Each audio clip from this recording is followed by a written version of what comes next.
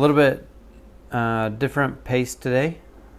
I wanted to tear down into the block and see if the cylinders are good and if this block is even worth keeping, or should I just toss it? And while I was doing that, I went to my total sheet for the Copart $375 Corvette. And it caused me to sit down and do some maths, kind of really get the reality of buying a $375 Copart car. And it made me extremely depressed. And I just wanted to go through that with you, and then we'll tear into this to see if that's a good block. So overall, to buy this car was kind of a journey. First, you have to be a member of Copart, and it cost me $100. I bought it now for $375, and then with all the tax, fees, gate fees, they charge an extra $210. So right out of the gate, $375 looks great, but it's not $375. I had to rent a car trailer to go down there, which was $70 extra. So right off the bat, it's a $700, $750 purchase from Copart. That's the reality of buying a $375 Copart car. And then there's more to it. What I've done is I've collected all the purchases I've made to get it running and going where it is right now. And I rounded up to the nearest 5.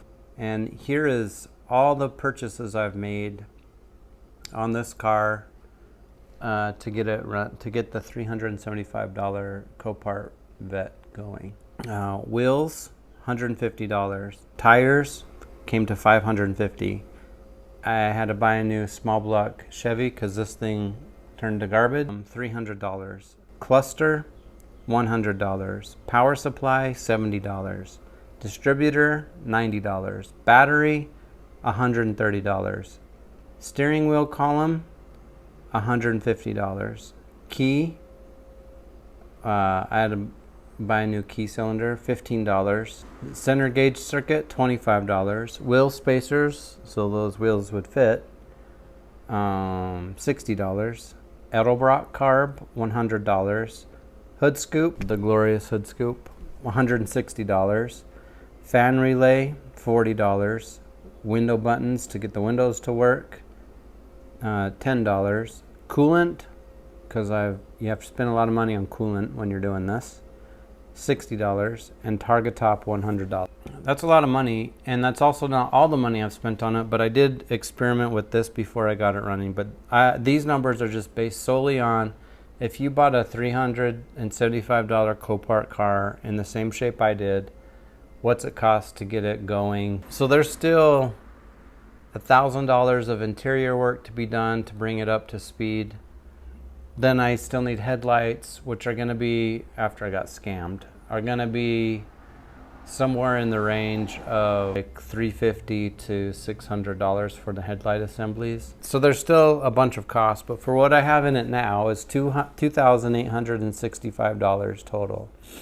And that made me pretty bummed out yesterday. So I jumped on Facebook Marketplace locally, and I wanted to see, man, was this a dumb choice for me to make to buy this car? Should I just have taken $2,865 and bought a Corvette off of like Facebook Marketplace? So I turned to Facebook Marketplace really quick, and it cheered me up quite significantly, actually, because in my area had 2 Corvettes in this price range for up to $2,800. Had 2 Corvettes. The first Corvette is this awesome white Corvette, which I would be really tempted to buy because it's a good price. But the key to it is there's no motor or transmission. So $2,300 would buy me a beautiful looking car that has headlights and a bra. I think that's a bra, maybe it's just spray paint. A target top and stuff, and have an interior, but I still would be out a motor and a transmission. I found this one for like $455, and that is in maybe even better shape than the one I bought, which is why it was $100 more. But it's a full part out, so I don't know what the interior looks like. The exterior doesn't look good. It does have headlights already. I don't know if there's a title to it. So one thing that my car had that was valuable is a clean title.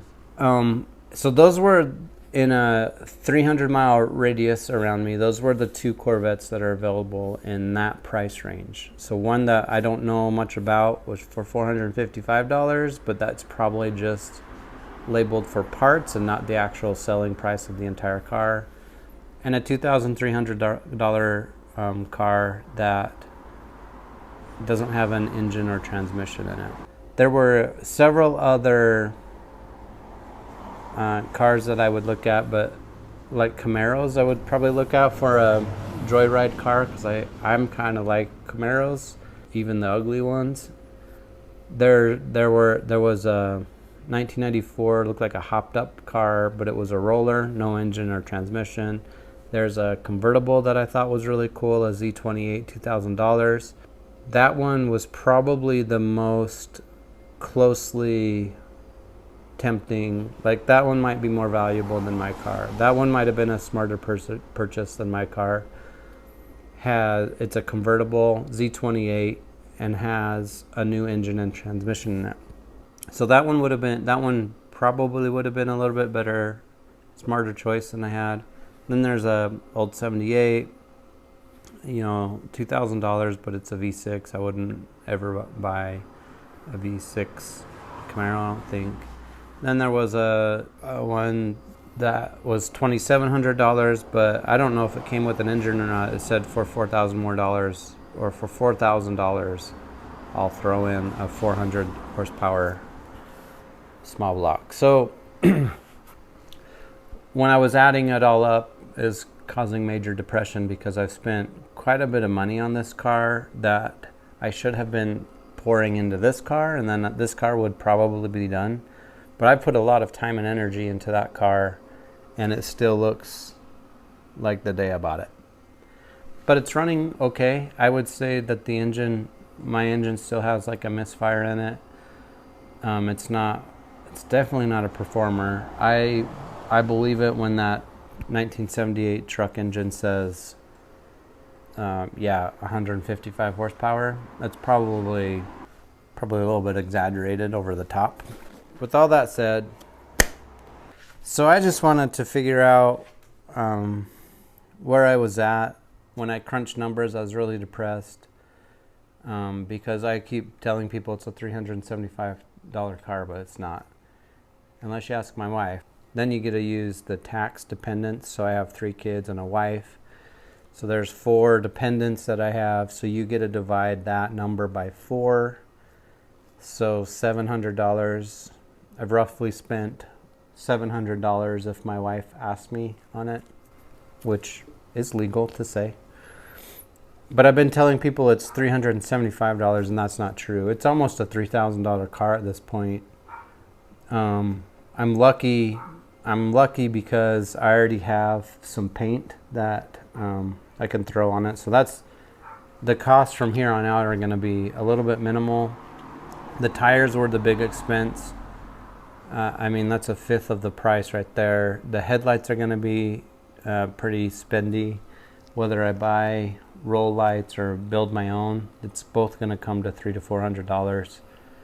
So just to put all that in perspective. Then it came with this engine, and this is a 4-bolt main block. I just kind of want to dig into it. I redid the passenger side head gasket, so I tore it down once and got into this side. I have not looked into this side yet, so I want to take the heads off. I need to learn more about these heads. I think they're garbage and they're just worth throwing away at this point. But if this can be machined, then I want to keep it, build it into something that's significantly better than 155 horsepower. So I don't know what I'm going to do with all this stuff. This is magnesium, so it's brittle like my teeth. Somehow there's no oil on this, but wherever I leave it, it keeps draining.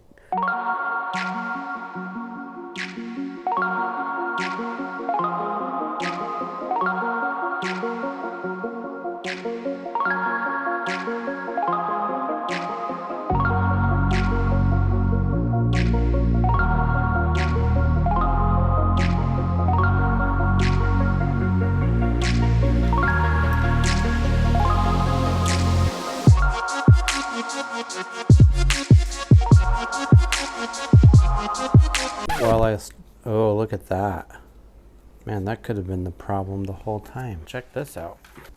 Cylinder 1. Oh, that one's bent too. Cylinder 1, rod bent. Oh my gosh, look at that.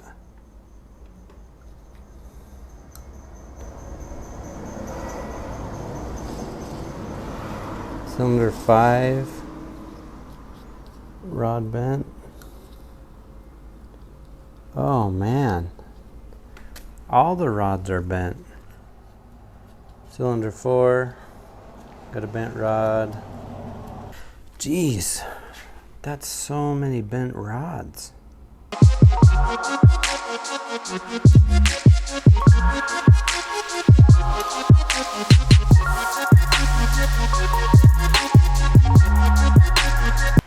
I want you guys to witness this. Rather than leaving the tools on the ground, I am putting them back away. So this is a first in my life. Putting them away before moving on to the next tool.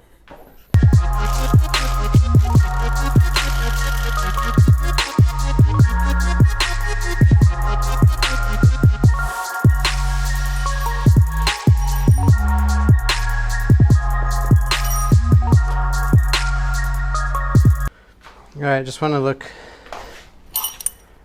take a look at these cylinders and be done. This very well could be maybe just a cracked cylinder, and it's not usable at all because there was some water in this cylinder, and that would be a bummer deal. I'll have to just take it into a machine shop and see. I would love to put this back into that car. 6 bent push rods and a potential cracked cylinder. No wonder it wasn't running very good, you know. I would say my conclusion is if I had just taken $2,000 and went to Copart and found a Corvette, I would probably be incredibly much further ahead of the game than I am now. Probably would have a little bit better platform. However, the learning experience has been, I mean, I'm just paying tuition at this point for the learning experience. So will I ever do it again? Probably not. Doesn't mean it was the worst idea to do if you want to learn about cars. So I don't know. What I do know is I still have a lot to do. So get cleaned up, on to the next project.